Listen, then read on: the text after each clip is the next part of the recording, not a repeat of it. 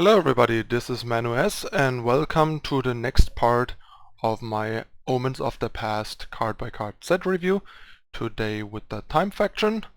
So let's get right to it. First of all, we have Cultist Parent. This card is simply a powerhouse. This is a constructed monster and one of the key cards that will make Life Force a potential constructed archetype and constructed powerhouse, and even in limited it's probably a pretty good card if you can get your hands on some playable life gain cards. Next we have Envelope.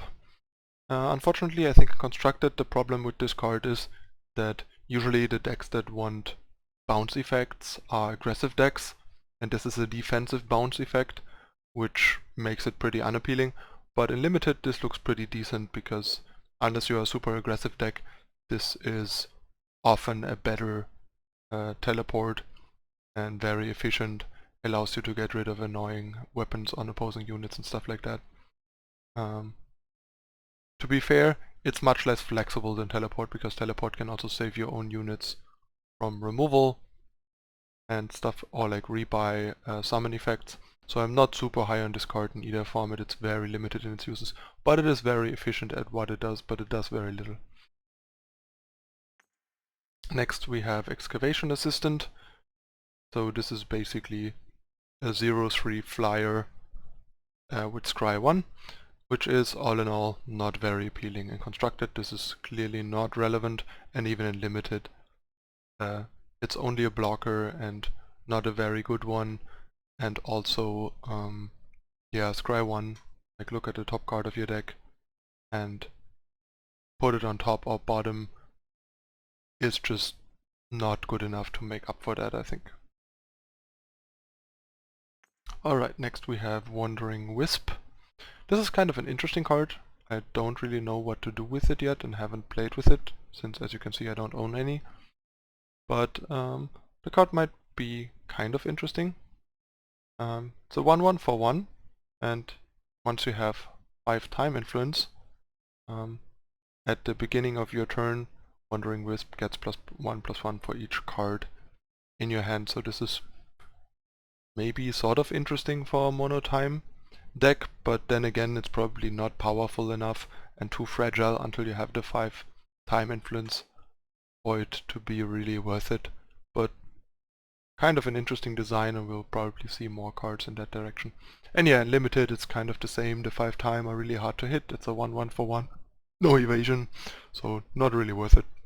If you pick it, you'll usually pick it for the Shiftstone because it's a legendary.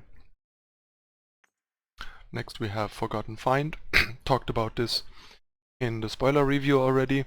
Not a big fan of the card right now. The card has potential down the line because if there is a way to get enough power in your void early and then use this on turn 2 or turn 3 to ramp from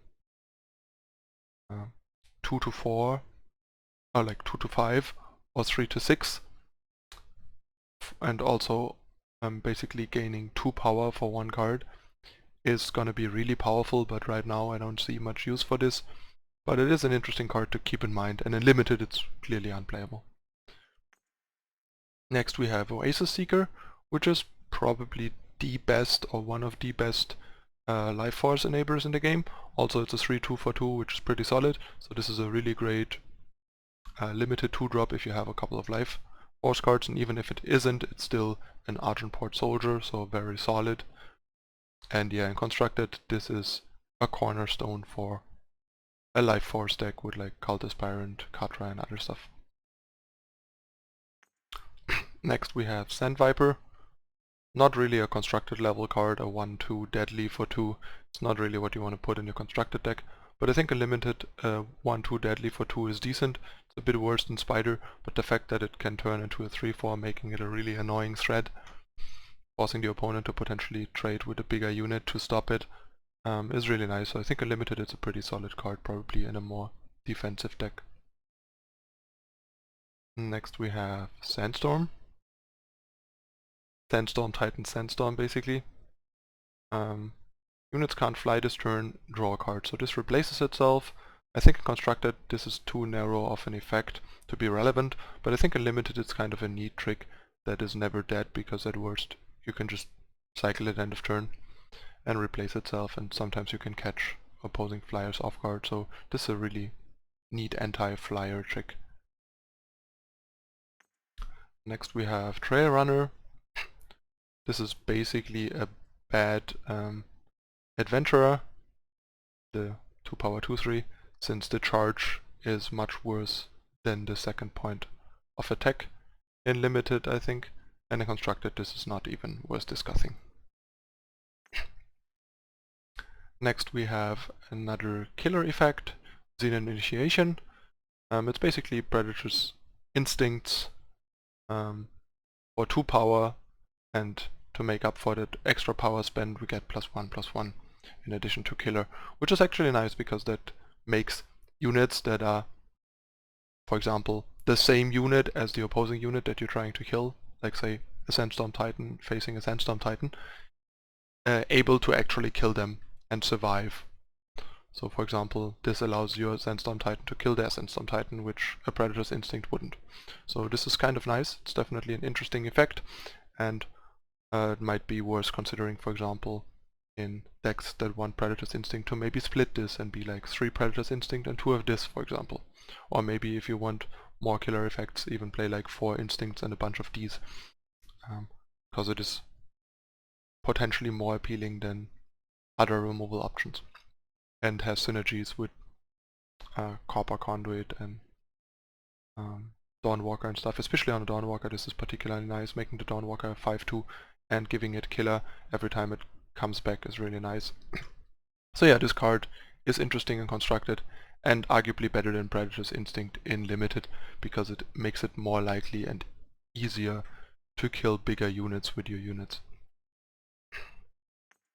Next we have Ember Ring.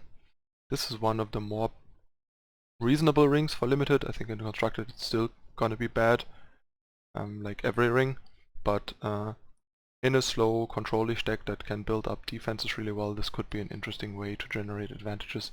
But you have to keep in mind that the 12 unit cap in this game makes cards like this so much worse than they would be in Magic, for example, where this generates like infinite advantages and basically wins you the game over an infinite amount of turns, because at some point you're gonna have such a big army that you can just attack and your opponent dies. In this game that doesn't work, so it makes the card even worse. So yeah, not particularly great, but in Limited it might be an okay filler. Next we have Avirex Familiar.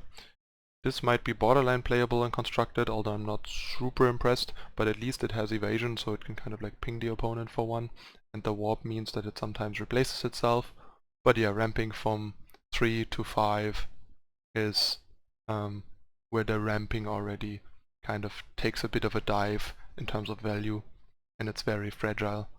And yeah, Limited I think it's kind of decent due to having flying and warp are both things that make it pretty solid in Limited and ramps into your big stuff. So in Limited I like this much more. Alright, on to the next page. Next we have Disciplined Amanera.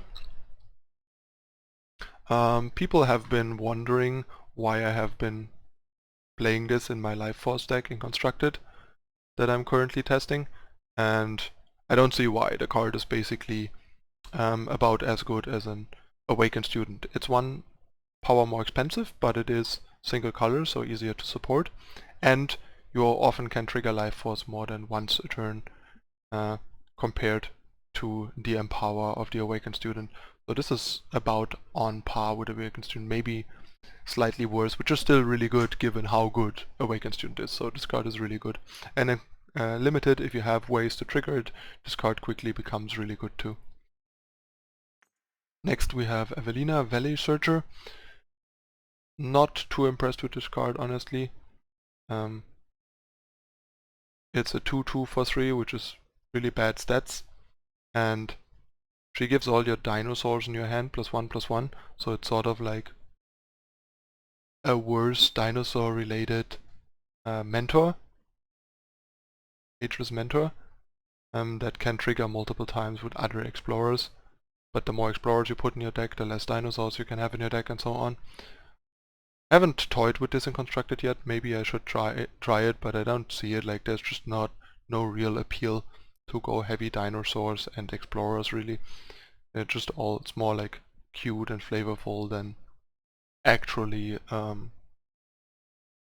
good, I think. And in Limited, I think this can be playable if you have a few explorers and a bunch of good dinosaurs, but more often than not, I think it's not gonna make it. But yeah, imagine this hitting your Pteryx hatchlings and stuff. That's pretty nice. But given that there's now two packs of Omens over Empty Throne, makes it also much harder to get a lot of the good Empty Throne Echo Dinosaurs. So yeah, if your deck has a lot of good dinosaurs and some explorers, you can consider it. Next we have Shepherd's Horn. This is sort of an interesting one. Once again we have like cost reduction.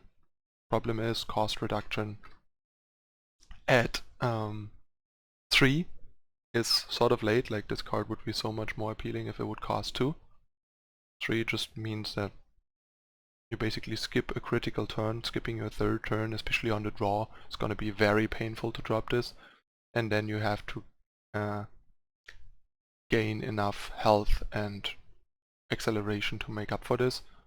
But yeah, this is definitely an interesting build around card and Constructed that I could see experimenting with. I don't have experiment with it yet, especially because I only own one so far and didn't feel like crafting extras. And it's interesting to keep in mind that, for example, if you play this on turn 3, you can play a Cult Aspirant for free and immediately trigger it with the trigger from the Shepherd's Horn. So that's kind of a cute interaction. And yeah, there is a bunch of good Overwhelm Constructed units to try in, like Combray and Xenon, among others. So yeah, let me know if you have any interesting ideas with this horn. I might experiment with it down the line. And yeah, in Limited, I think these cards don't work well enough. You draw them at the wrong point in time. When the reduction doesn't matter anymore, the 3 health doesn't do that much, and it's also harder probably to get enough Overwhelm units, so I think in Limited this is pretty bad. It's more of a Constructed build around type card. Next we have Archive Curator. I love this card. I think it's a really great, very unpushed, good constructed card. A 1/4 flyer makes for a really good blocker, blocks most of like the flyers that you see a lot in constructed because they often have like 2 or 3 attack. And at the same time we get a silence. So this is arguably in defensive decks almost better than Valkyrie Enforcer because the 1/4 and easier cast ability makes up for the fact that it costs 1 power more, since Enforcer often just eats a torch or a cheap relic weapon or trades with the thing it blocks. All this blocks really well. This is a great addition to Chalice and some other mid-range and control decks. And yeah, Limited is obviously also a staple. The Tower Top Patrol as a 1/5 flyer was already very solid, and now we get a 1/4 flyer for 4 that also packs a silence. That's incredible. This is a premium common and Limited. Next we have Bolster. Not sure what to make of this. Like, I think in Constructed it's not gonna be relevant for power even as a fast spell, or plus 0/2 to all your units and gain 2 health is not good enough. In Limited this might be an okay trick in like sort of a more stally, mid-rangey, slower deck, but all in all I'm not super impressed by it. Next we have Camp Physician. I don't think this is constructed playable. Let me say that. I saw some people experimenting with this for Life Force. I don't think it's playable enough. A 2/2 for 4 is just so bad. Gain 3 health is not that much, and Warp is so unreliable. And even if you warp it, you still kind of just spend your force turn or whatever on deploying a 2/2 that doesn't have any meaningful impact on the board. But yeah, in Limited this might be decent if you have enough Life Force cards to enable them, and since Warp is generally more impactful in Limited, especially on lower powered cards. Next we have Snapping Brushstalker. I honestly think this card is unplayable in Constructed and probably not very good in Limited either. 5/4 4/4 with no abilities is not that great to begin with for a 4-drop, and on top, adding an effect on top that your opponent can just play a spell to force it back to your hand is really bad. I think this card is pretty terrible in both formats. This is a much better version of it. I don't really get the Snapping Brushstalker. I mean, it's basically +1 attack compared to this guy, and yeah, for that 1 attack we get this ginormous drawback.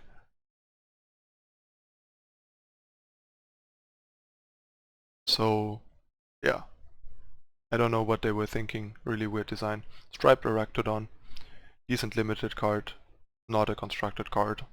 4 power, 4/4, pretty solid limited body as a 4-drop. Viper's Bite, definitely not a constructed card, also not a great limited card. First of all, it's too expensive. Second of all, you're basically trading 2 for 1 most of the time, like the unit that you're using this on and the Viper's Bite. If you have a lot of like high health, low attack units, this can be a nice trick. Blowing out the opponent in combat, eating one of their attackers, and then leaving you with a 1/4, 1/5 deadly unit to stall the board. So this might be an okay limited card in a slow deck. Next we have a Maran Archaeologist, a 5 power 3/3. When you play this, you can play a sigil of your choice from your deck depleted. Once again, problem is ramping from 5 to 7, not that impressive. And 3/3 for 5 are not good stats, even if they come with a free power. But yeah, if your deck is really high curve or multicolored and you need additional fixing, this might be okay and limited. And constructed, this is clearly unplayable. Next we have another constructed unplayable, but a decent limited card, 3/5 endurance. For 5 is okay stats if you add in the fact that it has warp and can be for free. So this is a solid defensive limited card. Battle Tested Stranger. Premium Stranger for sure, turns all your color fixing 2-drop strangers into 4/4s, is a 5 power 4/4 itself, and if you have any other strangers, even better. This guy is pretty brutal. Just be aware that your opponent might have a couple of color fixing strangers too, so maybe make sure you can trade with them before you drop this. And yeah, in constructed, this is also clearly a powerhouse. If strangers is a thing, this card is most likely going to be part of it. It's great. And gonna be a big part towards making strangers constructed playable. Next we have Beckoning Lumen. Once again, in limited, clearly a powerhouse with a bunch of life gain enablers. Drawing cards in limited is always powerful, especially if it's attached to a 5 power 6/4. And yeah, in constructed, this is also a potential premium life force card if you have ways to reliably trigger it each turn, like Sanctuary Priest. This is really nice. The 4 health is a bit of a letdown, but all in all the card's pretty good for a life force deck in limited, in constructed too. Next we have Humbug Swarm. Apparently some people don't think this card is very good, like Ilya for example has been confused or surprised when he saw me play the card. But yeah, I think the card's actually pretty good. Like, the fact that the tokens have flying is really good, because that provides like a go wide evasive army when like your other tokens are stalling out the board. You can take to the skies with some of your tokens. And yeah, getting 3 bodies from 1 card is really nice in a world with Katras and obelisks and rallies and all that stuff. So there's a lot of things you can do with Humbug Swarm to make the 1/1 bodies count. A really solid go wide card, and a limited this is great, since getting 3 1/1 flyers is really annoying, and a nice way to try and harass the opponent in the air when you have locked down the ground, or trade with the X1 flyers profitably and stuff like that. Next we have Time Beaver, 5 power 3/4, and basically as a summon we get a slow. The problem is getting a slow on a 5-drop is not very good, because by that time the opponent has played most of their like high impact cards. It's even too slow on the draw to stop Harsh Roll, for example. 3-4 for 5 is not impressive stats.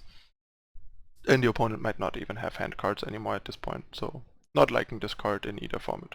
In Limited it's a bit better maybe than Constructed. Next we have Waystone Infuser, also has been talked about in the spoiler review already. 5 power 2/6 is pretty solid defensive stats, blocks most units in the game, Constructed and Limited. The fact that it has Warp itself makes it potentially free, which is nice, and adding Warp to your power cards is decent in Constructed, and in Limited that's incredible basically. Like, I think in Limited this card is more or less a bomb, because it generates so much defense and so much value, and should be able to win you the game if it survives for a couple turns. Next we have Pack Hunt, clearly unplayable in Constructed, probably also fairly unplayable in Limited. The fact that this costs 6 and is a spell, not a fast spell, makes this pretty terrible. And that it also doesn't give any kind of evasion. Like, if it would give Overwhelm, for example, it would be better. It would be like a bad overrun in Magic. But yeah, I think the way it is, it's not gonna be good in Limited. In Magic there's a card that costs 5 as a sorcery, as a spell, and gives +3/+3 in Overwhelm. That has always been one of the best Limited bombs in green decks. But yeah, this is nowhere close to that, and the fact that there is 5 health more on the other side makes it even weaker. Maybe I'm underrating it, maybe it's still like okay playable, but yeah, I'm not excited about this. From my experience of how Limited games go in this game, this card is just not gonna be good enough. Another decent Warp card for Limited. I don't think this is Constructed playable, since 7-5 for 6 is not great stats, even with Overwhelm. Even with the Shepherd's Horn, I think. But yeah, 7-5 Overwhelm for 6 that also has Warp is a pretty good deal in Limited. A very solid to good Limited card. Next we have Sentinel's Might. Basically a Pack Hunt for Life Force, except that unlike Pack Hunt this is permanent. So in Limited this is a bomb, an utter bomb. This should almost always win you the game if you can gain a bunch of health and then play this. Like, you can gain 2 or 3 health, like play a Water of Life for example, and then drop this. That should win the game if you have a board presence and stalled out the board, for example. A great stall breaker, a great game ender. In Constructed, not sure if this is gonna be good enough or even what you want in a Life Force deck, but the effect is certainly powerful, so it's worth keeping in the back of your head that it exists. Then we have Voyaging Lumen, card that's probably also designed more for Limited. Constructed, this is a bit underwhelming. 5-5 for 6 that makes a Wisp every time, and at the end of turn if you gained life, so you can only make 1 Wisp per turn, not every time you gain health, which makes it much weaker. But yeah, in Limited, a 5 for 6 that potentially gains you a couple of 1/1s sounds pretty good. A very solid Limited common. Next we have Reinhardt Hunt Pack. Not very impressed by this in Constructed, but in Limited it seems like a solid curved hopper win condition. A 7-10 is pretty annoying to deal with outside of some hard removal, and the fact that it has Warp and can potentially ambush when you warp it, making it a possible 3-for-1. Like, if you warp ambush this into a blocker, you're basically getting a Reinhardt Hunt Pack for free and eat an opposing unit for free. That's pretty incredible. So yeah, this is a Limited bomb. A slow bomb, but a great bomb. And last but not least we have Belching Behemoth, an 8 power 6/6 that gains you 6 health. Constructed, clearly unplayable. Limited, not excited. 8 is a lot, 6/6 is not that impressive, and gain 6 health really doesn't do that much usually. So normally I wouldn't want to play this, but maybe, I don't know, if I have enough Blood Call Invokers and stuff like that, where gain 6 also does enough other powerful stuff, maybe it's okay. But yeah, an 8 drop needs to be winning the game basically, even in Limited, I think, to be playable. Alright, that's it once again for the second part of the card-by-card set review for Omens of the Past. Next part will come tomorrow with the Justice cards, and as usual, if you want to support me, my channel and my stream, you can find the donation link in the description down below, and please consider liking and or subscribing to the channel if you found this interesting, entertaining and or helpful. And I'm gonna be signing off. See you tomorrow with the Justice faction. Thanks for watching.